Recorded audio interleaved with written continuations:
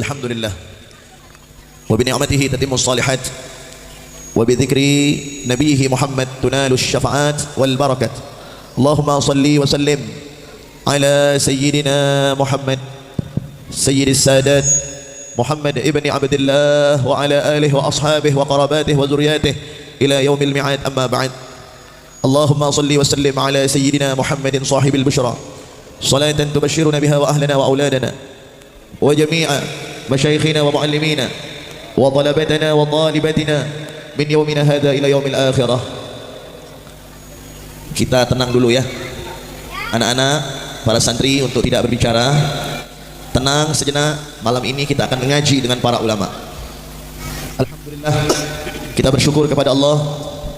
Malam hari ini Allah mentakdirkan para habaib, para ulama, para kiai, para asatidah, pimpinan majlis ta'lim, pimpinan pondok pesantren, bahkan guru-guru ngaji dihadirkan di atas pentas yang sangat begitu luar biasa. Dari tadi kami memperhatikan acara wisuda yang sangat begitu semangat, yang begitu meriah, memotivasi para santriwan santriwati untuk lebih semangat di dalam menuntut ilmu Allah Subhanahu wa taala. Malam ini teristimewa khususnya bagi tuan rumah yang berbahagia. Malam ini tuan rumah adalah orang yang paling beruntung, orang yang paling kaya, mendapatkan nantinya dari para ulama akan nasihat-nasihat mereka. Karena berkumpulnya para habaib, berkumpulnya para kiai, ini sebab ataupun tanda kebaikan untuk kita semuanya. Maka teringat akan pesan daripada Nabi Muhammad SAW, ma min baiti wa minbari raudhatun min riyadil jannah. Tidaklah di antara rumah dan mimbarku, kata Rasulullah, maka di antara mimbar dan rumah Nabi, di tengah-tengahnya ada taman daripada taman-taman surga. Maka teringat daripada pesan salah satu pamandah kami, Al-Habib Umar Al-Mutahhar, yang ada di kota Semarang. Beliau seorang dai kondang yang ada di kota Semarang. Beliau pernah dawuh kepada kita, keponakannya. Beliau ngomong gini, "Ye." Bilang saya, "Ye." Kenapa Ye? Karena rajinnya masih hitung, Pak. Betul, Pak? Kalau Ye berarti orang rumahnya masih satu. Mon Ustad dipanggil Ustad berarti orang rumahnya masih sae.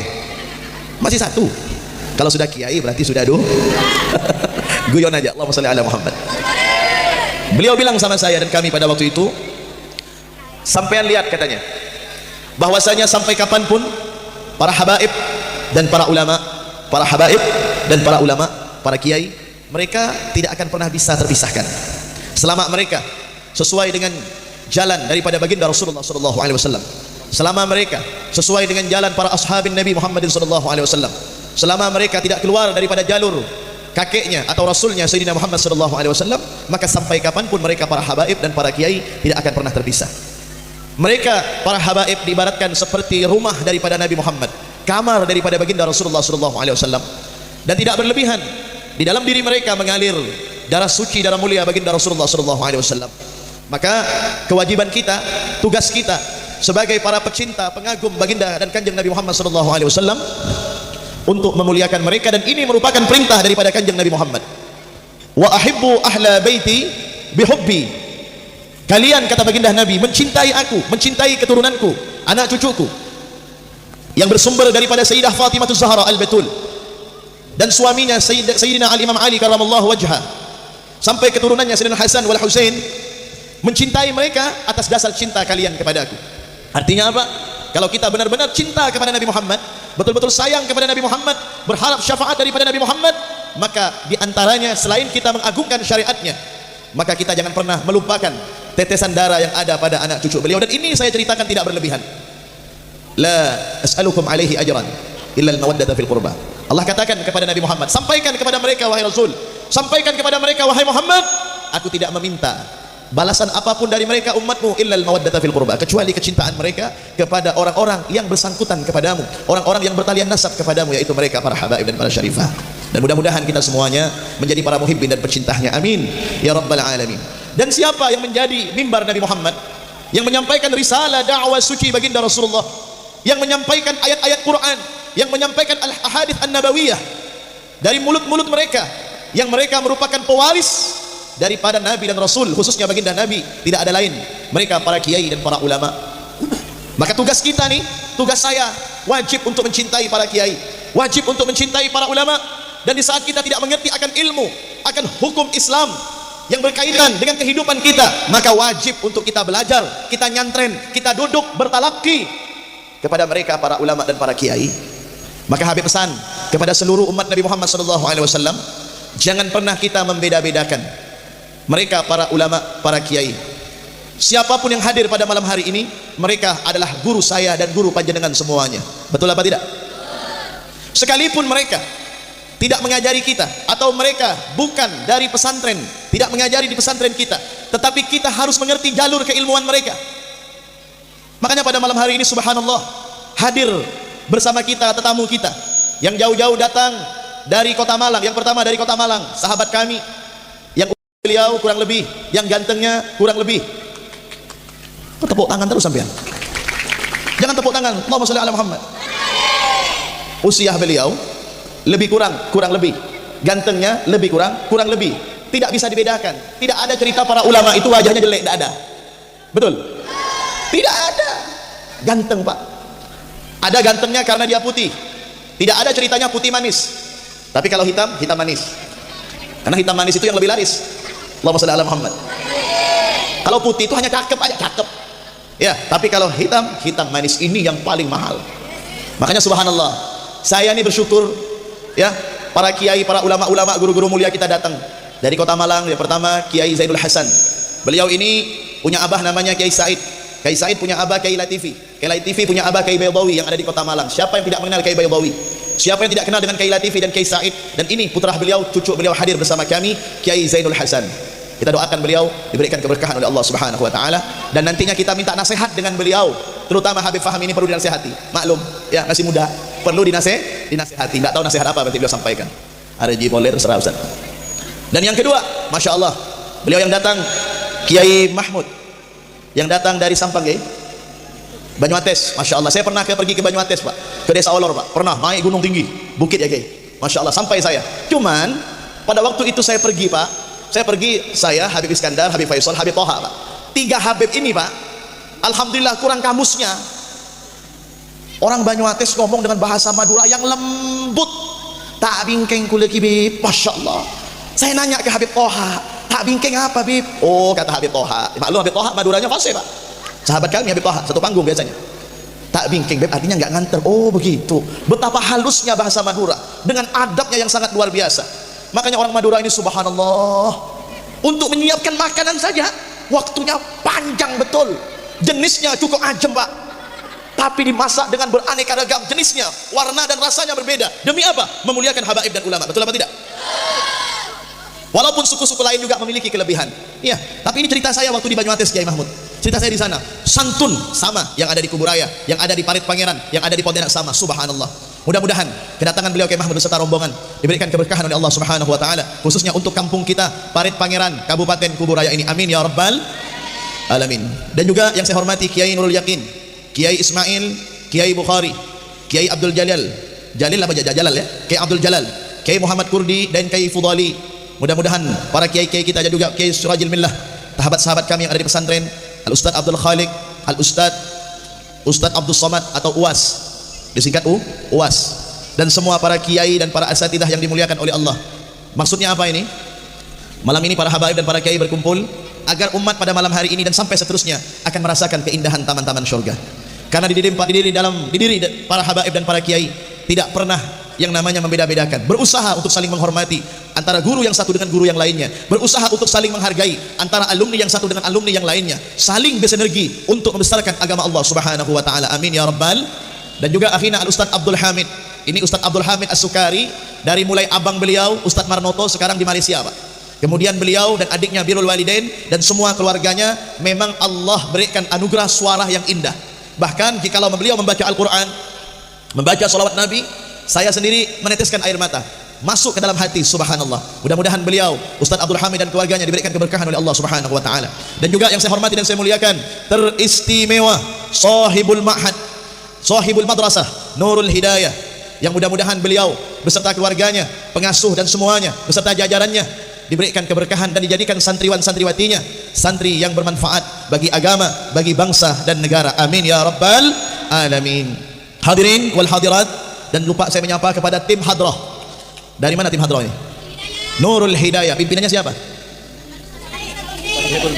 Ustaz Fauzi, Masya Allah. Kiai Fauzi, Masya Allah. Jadi satu paket ya, Sohibul Bait ya, Masya Allah. Pukulannya bagus ya, mainnya bagus. Ini udah pada nikah semua. Makanya saya pesan bu, ibu-ibu yang punya anak-anak gadis yang sudah pantas untuk menikah, jangan repot-repot cari personil Nurul Hidayah ini. Seandainya dia menjadi suami, kalau dia marah nggak akan mukul wajah dan badan anak sampean bu. Tetapi kalau dia marah, kesel dengan anak sampean, yang dia pukul adalah beduk dan hadrohnya. Alhamdulillah.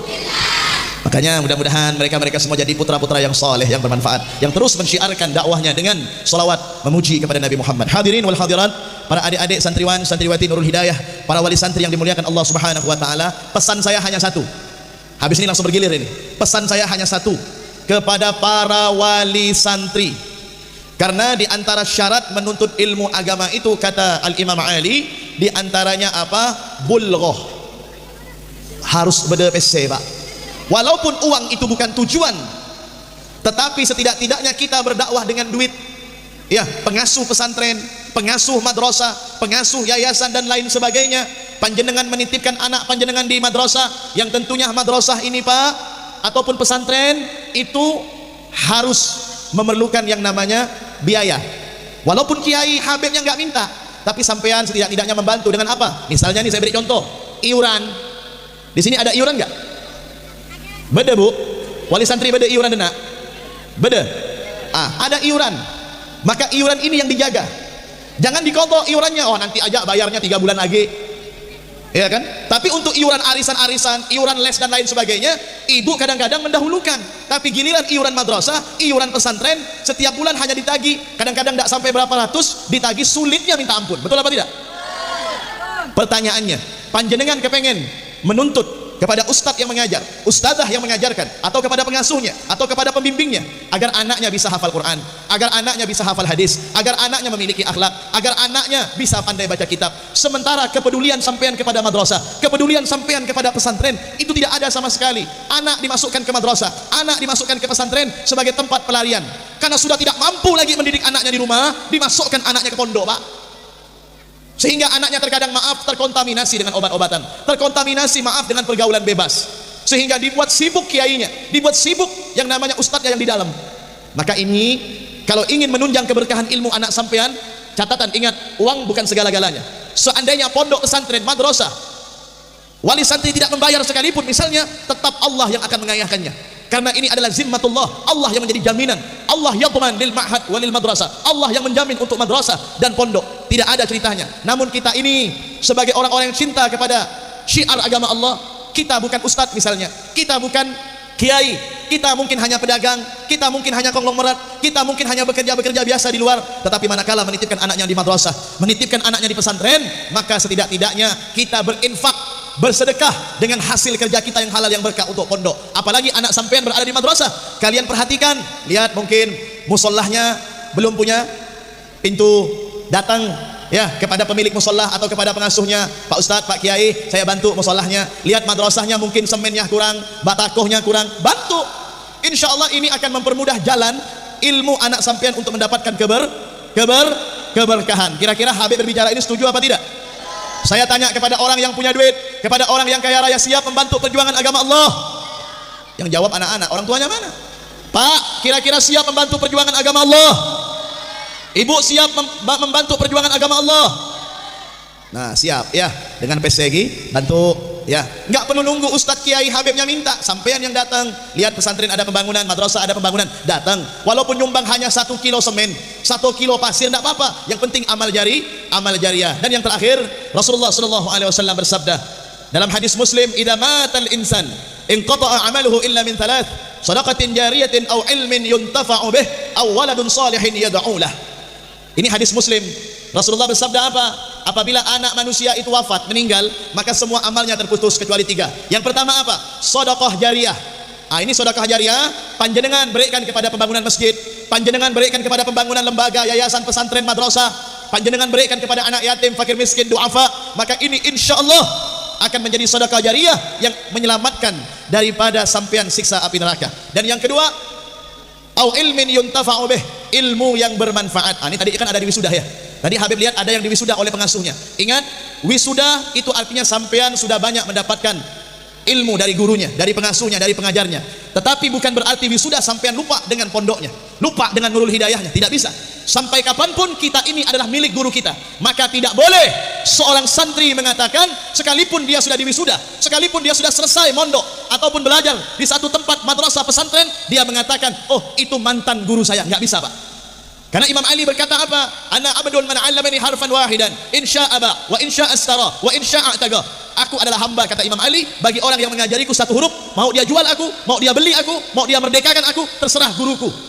Maka kita ini yang paling terpenting setelah kita diwisudah, yang paling penting adalah mencari keridhaan guru, minta ridho guru, ini paling penting. Karena di dalam kitab Fawaidul Mukhtarah yang diambil dari kitab Al-Manhajus Shawi ala Tariqah Bani Alawi, Al-Habib Zain bin Ibrahim bin Semit, di dalam kitabnya di situ beliau menyatakan apa? 70% keberkahan ilmu itu tergantung ta'alluq antara murid ma'a syaikhihi. 70% keberkahan murid itu tergantung hubungan antara santri kepada gurunya, 70%. Adapun 30% itu untuk ilmu saja, Pak. Tapi 70%-nya adalah ta'alluq. Ta'alluq ini kata beliau adalah adabmu kepada gurumu, nyatunya hatimu kepada gurumu, cinta kasihmu karena Allah kepada gurumu. Ini yang membuat keberkahan kepada ilmu yang kau dapat. Kemudian yang ketiga, au waladun salihin yad'ulah, anak yang soleh mendoakan kepada orang tua. Orang tua yang dimaksud bukan hanya orang tua yang melahirkan kita, yang memberikan sandang pangan kepada kita, tetapi orang tua yang lebih afdal. Ini pertanyaan ini, Pak. Mana yang lebih afdal? Guru apa orang tua yang melahirkan kita? Mana yang lebih utama? Orang tua yang melahirkan atau orang tua yang memberikan sandang pangan papan, atau orang tua yang memperhatikan zahir kita, yang memperhatikan rohania kita, yang merawat daripada hati kita, yang membentuk hati kita, yang awalnya sombong menjadi tawadhu, yang awalnya angkuh menjadi rendah hati, yang awalnya berjalan tidak menginjak bumi, kuntilanak, sehingga berjalan makin tawadhu. Ini semua polesan kemuliaan dari ilmu para guru-guru kita. Makanya kalau ditanya mana yang lebih mulia, guru apa orang tua, maka jawabannya adalah guru. Kenapa? Jawabannya karena guru mendidik jasadan waruhan, mendidik jasad kita, memperhatikan jasad kita, dan memperhatikan roh kita. Memperhatikan roh kita ini lebih utama daripada memperhatikan jasad kita. Makanya Imam Fathul Musili dalam kitab Mukhtasar Ihya itu beliau berpesan, apabila manusia itu 3 hari tidak mendapatkan hikmah, ilmu, maka hatinya akan mati. Ya, maka untuk mendapatkan hikmah dan ilmu itu dari mana, kata beliau? Tidak ada lain dari dawuhnya, omongan, nasihat para ulama dan para kiai. Alhamdulillah. Mudah-mudahan Allah memberkahi kita semuanya. Mudah-mudahan perkumpulan malam hari ini menjadi perkumpulan yang diridhoi oleh Allah. Mudah-mudahan hati kita disatukan oleh Allah Subhanahu wa taala untuk mencintai habaib, mencintai para ulama, kiai dan para asatidah, mencintai para pewaris Nabi sampai akhir umur kita. Amin ya rabbal alamin. Mudah-mudahan yang saya sampaikan ini insyaallah bermanfaat, dan insyaallah kita akan beralih kepada Kiai Zainul Hasan, dan saya minta semua wajib mendengarkan. Jangan ada yang pulang dulu. Seandainya ada yang pulang, Habib doakan sendalnya ketukar dengan yang lain. Mau sendalnya ketukar? Nah, jangan pulang. Yang adik-adik madrasah jangan ngomong, diam. Allahumma shalli ala Muhammad. Allahumma shalli ala Muhammad. Zahara dinul mu'ayyad bi zuhurin nabi Zahara dinul, semuanya, bi zuhurin nabi Ahmad ya hanana bi Muhammad zalikal fadlu min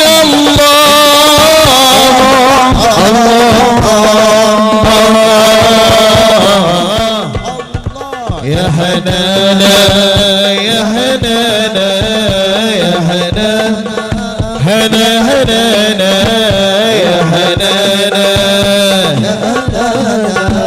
ya hanana, semuanya. Zahara dinul bizuhurin nabi Ahmad. Zahara dinul mu'ayyad bizuhurin nabi Ahmad ya hanana nabi Muhammad zalikal fadlu min Allah.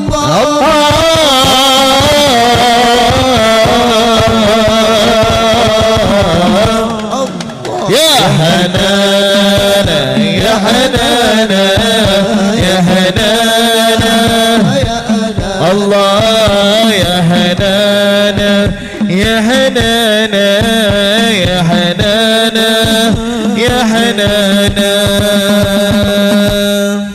Baik, dari saya cukup sekian. Assalamualaikum warahmatullahi wabarakatuh. Assalamualaikum warahmatullahi wabarakatuh. Alhamdulillahi wa kafa, wassalatu wassalamu ala sayyidina al-Mustafa wa ala alihi wa sahbihi wa man iktafa. Amma ba'du. Yang kami muliakan para ulim, para ulama, para habaib, wabil khusus Habib Muhammad Fahmi bin Harun Al-Mutahhar, dan wabil khusus para kiai, para ulama, wabil khusus Kiai Nurul Yaqin, Kiai Ismail, Kiai Bukhari, Kiai Mahmud, Kiai Abdul Jalal, dan Kiai Muhammad Kurdi, dan Kiai Fudali, dan semua asatid yang dimuliakan Allah. Alhamdulillah, segala puji bagi Allah. Kalau panjenengan ampun petemoh dalam nyari ilmu segadimah majlis ilmu gadintoh majlis muljah segadimah majlis ilmu nikah majlis orang ahli swarga. Moga-moga setajah dadi orang ahli swarga. Dawuh Gusti Kanjeng Nabi Muhammad sallallahu alaihi wasallam, man kharaja fi talabil ilmi fahuwa fi sabilillah hatta yarji'. Sira orang keluar dari compo ongkeng tujuan nyari ilmu, orang nikah beda jalan berjuang jalan Allah, beda orang berjuang fi sabilillah sampai mulai. Jadi para ibu, para bapak keluar di compo antara pengajian setajah oleh kencerna orang berjuang abila agama Allah Subhanahu wa taala. Moga-moga setajah betul orang-orang setajah meljaki sareng Allah Subhanahu wa taala itu nyeban akhirat. Ma'asyiral muslimin, mencari ilmu itu adalah hal yang paling wajib. Thalabul ilmi fardhatun ala kulli muslimin wa muslimah. Mencari ilmu itu teramat sangat wajib bagi muslim laki-laki dan muslim perempuan. Ilmu apa yang harus dicari? Ilmu yang menunaikan kewajibannya kepada Allah, ilmu agama, ilmu yang membahas tentang sahnya sholat, ilmu yang membahas tentang najis, ilmu yang membahas tentang suci, ilmu yang membahas tentang syarat rukunnya sholat, ilmu yang membahas dan mengajarkan doa-doa sholat. Ilmu itu yang wajib dipelajari. Ilmu yang dibawa baginda Rasul Nabi Muhammad SAW itu yang faridatun ala kulli muslimin wa muslimah. Silahkan kalau bapak ibu berniat bercita-cita anaknya jadi orang berpangkat mau dikuliahkan, silahkan, tapi agamanya dikuatkan dulu, ngajinya kewajibannya dipaskan dulu, dicarikan ulama, nyareki kiai, peguru, pebender, pasrah aki, pesampai tahu kewajiban sampai tahu nutup auratah, baru deki pekuliah, baru deki pesekolah, baru deki perguruan tinggi, oning pon kewajiban. Tapi tining anak dari kene nyareki sekolah formal setak ngebahas tentang pejeng sanawiyah SMP pelepuh sekolah favorit setak jelas lagi tentang najis deki SMA sekolah setak jelas lagi tentang akidah Islam. Suatu saat beda anak maksiat karena tak oning hukum orang tua ada seoleh dosa. Bapaan haji, bapaan ke Mekah, bapaan ahli tahajud, buung ahli ibadah, anak maksiat luar karena tak pengaji, anak maksiat luar karena tak cari ilmu si bener, maka hajinah ben ibadannah buung ben bapaan belum tentu aman manfaat aku ya jun Allah. Umpamah le masuk surga etajak ben anak ke dalam neraka. Mun tak nekanin kewajiban pendidikan anak paling wajib engki penikah kewajiban agama Islam. Mangken nikah kalau panjenengan mengalami satu kiblat pendidikan yang mana kiblat itu kurang memperhatikan tentang misi utama Nabi Muhammad SAW mengentas manusia tentang kebodohannya tentang Tuhan. Nabi Muhammad mengentas manusia tentang kebodohan agama, kebodohan kepada Tuhan, dan kebodohan tentang ibadah. Itu misinya Rasulullah, itu tugasnya Nabi Muhammad SAW. Kalau hanya disekolahkan di pendidikan begitu saja, nanti tidak mengenal agama, maka nanti musibahnya mungkin akan datang ke orang tuanya atau bahkan ke negaranya atau bahkan ke negerinya. Kalau sekarang kita ditimpa musibah kelangkaan minyak goreng, salahnya menteri fulan, salahnya presiden fulan, salahnya bupati fulan atau DPR fulan. Tunggu dulu, jangan-jangan kita yang terlalu jauh membiarkan anak kita jauh dari jalan Allah, atau kita tidak peduli dengan perjuangan agama, pendidikan agama. Sebagaimana Allah Subhanahu wa taala berfirman dalam ayat Al-Qur'an, "Qul in kana aba'ukum wa abna'ukum wa azwajukum wa ikhwanukum wa ashiratukum wa tijaratun takhshawna kasadaha wa amwalukum wa tijaratun takhshawna kasadaha wa masakin tardawnaha ahabba ilaikum minallahi wa rasulihi wa jihadin fi sabilihi fatarabbasu hatta ya'ti Allahu bi amrih."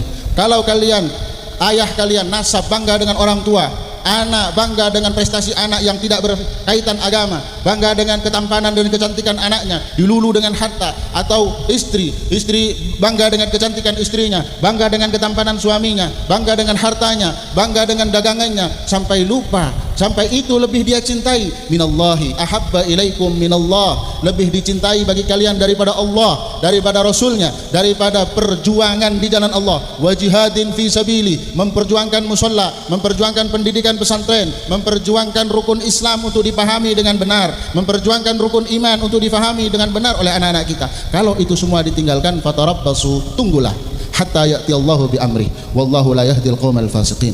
Dan tunggulah sampai Allah yang datang dengan urusannya, Allah yang datang dengan takdirnya, Allah yang datang dengan kehendaknya. Apa yang Allah kehendaki? Allah mungkin menghendaki musibah dalam satu negeri, Allah mungkin menghendaki kelangkaan sesuatu, termasuk kelangkaan minyak goreng.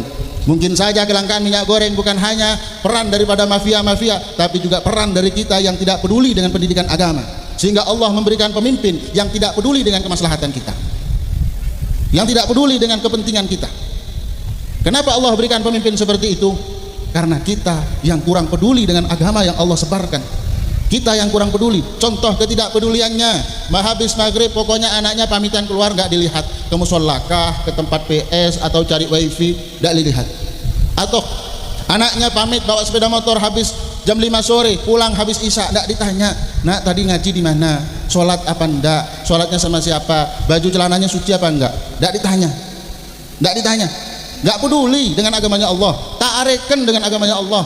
Maka nikah si Allah pada datang pemimpin setak areken kemaslahatan kulaban panjenengan, pemimpin setak peduli keperluan kulaban panjenengan. Jadi pendidikan nikah, perjuangan nikah bukan hanya sekedar anak tahu ngaji dan tak tahu ngaji. Rubbama terkadang jadi kemaslahatan negara, jadi kemaslahatan bangsa. Menak anak niku oning ngaji kabeh, tokang abab jilbab, tokang akalampian muslim, selake tokang akhlak garing Islam. Panikah dadi maslahat sebagus ke lingkungan. Di mana lingkungan itu adalah bagian dari sebuah kabupaten, kecamatan, dan itu bagian dari negara. Maka dari itu kalau ingin memperbaiki apa yang musibah yang ada di dalam satu negeri, kita introspeksi diri. Perjuangan kita untuk Allah itu apa? Sehingga intan surullaha yang surkum. Kalau kalian menolong Allah, mohon panjenengan nolongin agama Allah, tolongi bi Gusti Allah. Tolongi bi Gusti Allah. Dalam cara nolongin Allah, Allah kan maha kuat. Tolongin ke agama. Kau lebih ni ustad, kau lebih ni orang tok pelak, kau lebih ni kiai. Loh mohon panjenengan bini kiai, terputra na tonton ke kiai. Male anyama peduli dengan perjuangan agama Allah. Potra let ada kompoi. Pinter ke bapak ambon mon kompoi. Sehingga anak-an mon la bejeneng ngaji, we dicak mah bedemah, engko sengatera ngaji ke kiai fulan, ngaji ke ustad fulan. Ngaji, jangan sampai tak tahu ngaji. Jangan sampai tak tahu ngaji. Karena musibah, selain musibah kadang kala pemimpin yang tidak peduli dengan kemaslahatan dan penderitaan kita, banyak musibah lain seh datang marga anak tak oning ngaji. Minimal nika beda pampak. Musibah sedatang dari anak seta oning ngaji, otabah lingkungan seta oning ngaji, tak peduli ke agama Allah. Tak peduli ke agama Allah, di antara nah ta'assub fil ara, fanatik. Mun tak cocok ben pendapat keket. Tak cocok ben pendapat soker. Tak cocok ben pendapat tak nyapa. Ta'assub, fanatik. Tak mau bermusyawarah, tak mau tukar pendapat, tak mau tukar pikiran bahwa mungkin kebenaran itu keluar dari lisan orang lain. Akibatnya apa? Akibatnya dari orang yang tak ngaji, tak orang tak oning ilmu. Bahwa Al-Quran yang juraki musyawarah. Musyawarah ini kesering lontar pendapat. Selain ta'assub, istighfaf bil hukuk, meremehkan haknya orang lain. Bahkan terkadang meremehkan haknya orang tua. Harusnya takzim, tidak takzim. Harusnya salam sungkem, enggak salam sungkem. Harusnya pamit, enggak pamit. Itu kan hak orang tua kepada anak. Anaknya kenapa enggak peduli? Anaknya istighfar, meremehkan terhadap haknya orang tua. Arab pamit meremehaki karena tak oning aku ngering tua mengku Allah Ta'ala. Tak oning cara ngabek teh ngering tua malah tak kira pikiran. Dari dimi minta oning cara ngabek teh, dari tak ngaji. Karena tak ngaji tak oning hak tetangga, tak oning hak ngoreng. Tahu nih hak untuk menghormat orang lain. Tengah malam jam 10 amusikan dangdutan dan sebagainya tanpa ada kepentingan. Oh, masing-masing orang penikah. Dari dimma kehidupan masing-masing. Dari Rasulullah peduli dengan orang lain. Dari sahabat peduli dengan orang lain. Dari kamah sifat istighfaf bil hukuk, meremehkan hak orang lain, dari ta'awun dengan ngaji, dari ta'awun dengan akhlak, dari ta'awun dengan adab. Salah satu istighfaf bil hukuk tarafu' bin nufus, sombong, angga, congkak, aroma sehebat, aroma sepelak, selalu merasa paling hebat sendiri, selalu merasa paling punya berjasa, selalu tarafu'an fin nufus. Dari kamma tarafu'an fin nufus, dari ta'awunnya sifat tawadhu, sifat Rasulullah, dari ta'awunnya sifat tawadhu, sifat yang dianjurkan Allah dalam Al-Quran. Waqfid janahaka liman ittaba'aka lil mu'minin minal mu'minin. Pundakmu tundukkan kepada orang yang iman kepadamu. Itu perintah Allah kepada Rasulnya yang sangat mulia. Disuruh menundukkan diri untuk menghormati orang. Gimana kita tidak menghormati yang lain? Dari kamma ta'awuning sifat yang mereka dari tak ngaji, sombong, anggo, iman kaman, lebih bisa dipastikan ta'awuning syariat ya. Kiki bro, ta'asuban fil ara, istighfaf bil hukuk, mari senikah napa? Ta'asuban fil ara, istighfaf fil hukuk, tarafu'an fil nufus, mari senikah fasadun fil muamalah. Tingkah setak tepat. Perhubungan yang tidak baik, jual beli yang tidak sah, atau pinjam simpan meminjam yang tidak sesuai dengan cara syariatnya, atau tutur kata yang tak baik, cara bergaul yang tak baik. Itu semua dilandasi kebodohan tentang syariatnya Allah, adabnya Rasulullah sallallahu alaihi wasallam. Maka dari itu kita harus mendidik dan menggiring anak-anak kita ke pesantren, ke kiai, ke ulama, karena hanya agama Allah yang mengajarkan tawadhu, karena hanya syariat Rasulullah yang mengajarkan untuk berbuat baik kepada orang lain, hanya syariatnya Rasulullah yang mengajarkan berbakti kepada orang tua dengan cara yang sangat mulia, hanya syariat Rasulullah yang memperhatikan hal kecil dan itu bagian ibadah, dan hal kecil dan itu bagian dari dosa. Semoga anak-anak kita jadi anak-anak yang baik. Semoga anak-anak didik dari sekolah ini, dari madrasah ini, pondok ini dijadikan anak-anak yang bertakwa kepada Allah Subhanahu wa taala. Cuma selain dicarikan guru juga didoakan anak-anak itu supaya jadi anak-anak yang bertakwa, anak yang soleh. Minimal dibacakan Fatihah sebelum subuh atau sesudah subuh 41 setiap anak. Kalau andi anak lema tung setung anak 40 tung Fatihah. Perlonan apa? Male anak cepet kebuka ilmu nah, cepet kebuka atenah, cepet one ngaji, cepet andi akhlak. Mun atena gera iso lemes Fatihain duain. Otaba mun ini maca ayat-ayat Al-Quran Asmaul Husna yang mendukung terhadap anak, menteropin terah maca ayat-ayat sanukri okafalatan misalnya, atau iqra bismi rabbikal ladzi khalaq 5 ayat pertama, atau bacakan pegang kepala anak, usahakan setiap pegang kepala anak, atau waktu tidur bacakan inna anzalnahu fi lailatul qadar, setiupkan ke kepalanya, maka Allah akan menjaganya minimal dari zina, atau akan Allah bimbing terus sehingga menjadi anak-anak soleh.